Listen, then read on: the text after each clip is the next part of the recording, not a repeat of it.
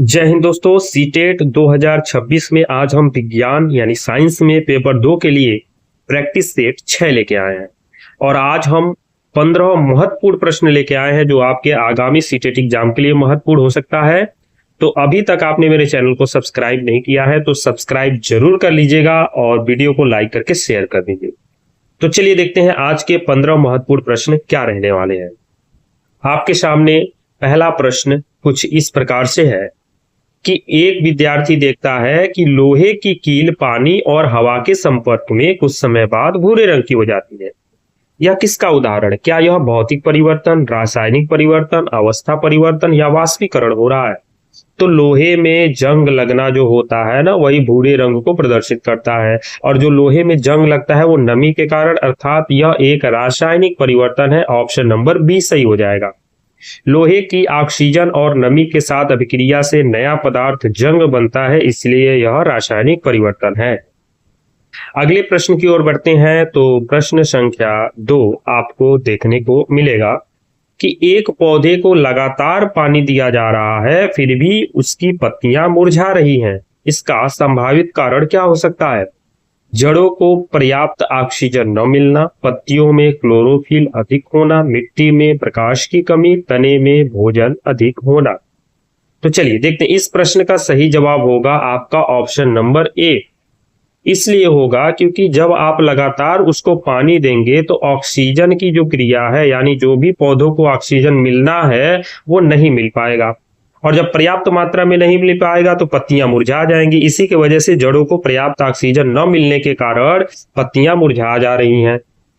अत्यधिक पानी से मिट्टी के वायु स्थान भर जाते हैं और जड़ों को श्वसन के लिए पर्याप्त ऑक्सीजन नहीं मिलती है।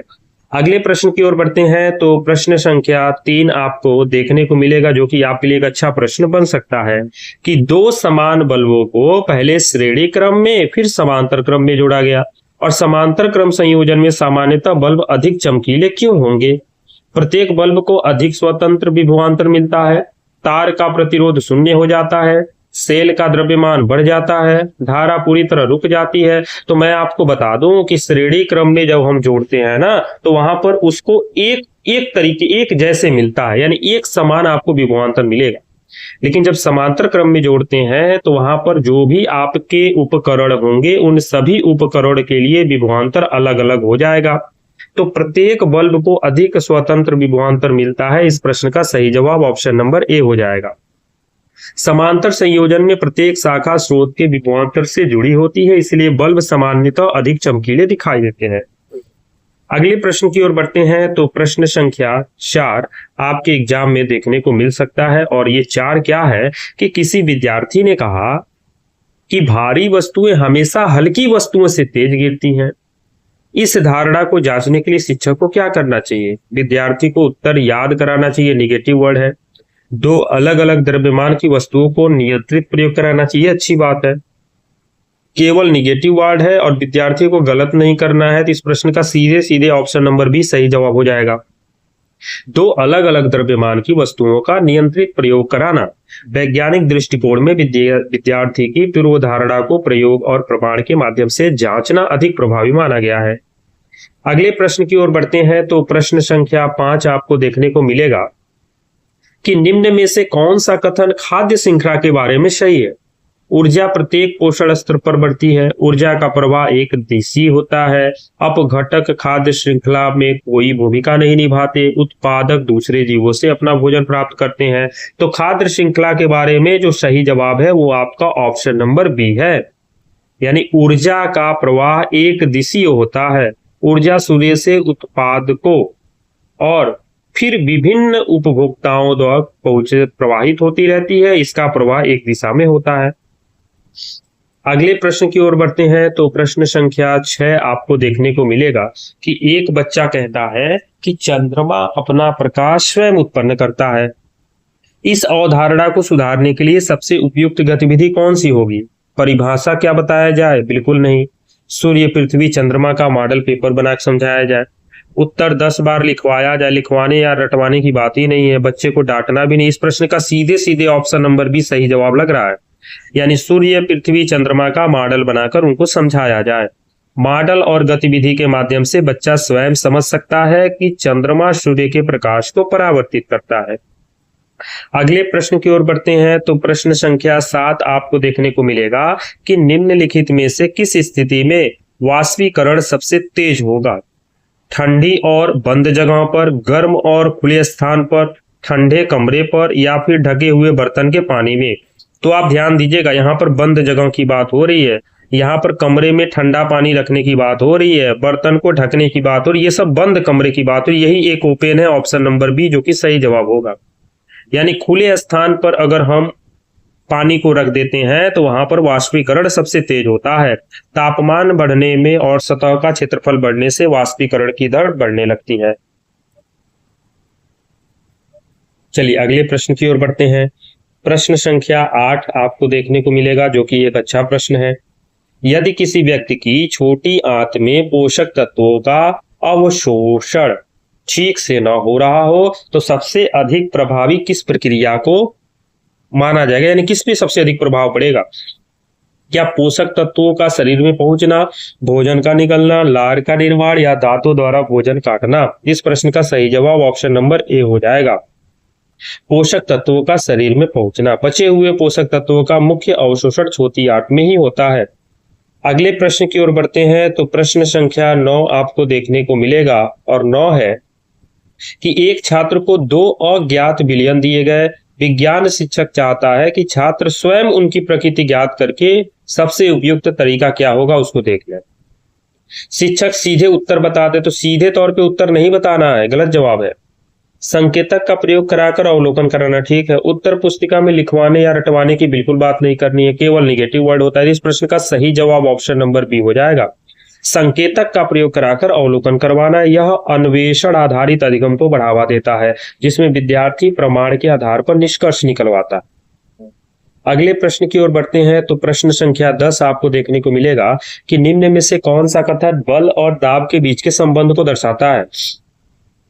क्या दाब जो होता है बल गुणे क्षेत्रफल होता है, दाब बल बटे क्षेत्रफल होता है? तो इस प्रश्न का सही जवाब ऑप्शन नंबर बी ही होगा। जो प्रेशर होता है वो फोर्स अपॉन एरिया होता है, P = F/A। समान बल के लिए संपर्क क्षेत्रफल कम होने पर दाब अधिक होता है। अगले प्रश्न की ओर बढ़ते हैं तो प्रश्न संख्या 11 आपको देखने को मिलेगा, जो कि एक अच्छा प्रश्न है।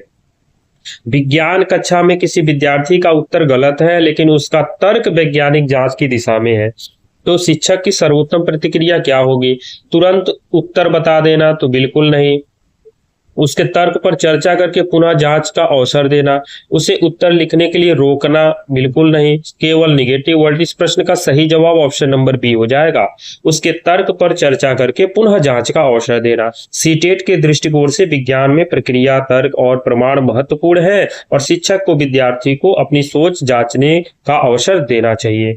अगले प्रश्न की ओर बढ़ते हैं तो प्रश्न संख्या 12 आपको देखने को मिलेगा कि निम्नलिखित में से कौन सा परिवर्तन प्रतिवर्ती होता है? तो ये बर्फ का पिघलना, ऑप्शन नंबर सी। सीधे तौर पे आप जवाब बता देंगे। बर्फ पिघलकर पानी बनती है और पानी को ठंडा करके पुनः बर्फ बनाई जा सकती है।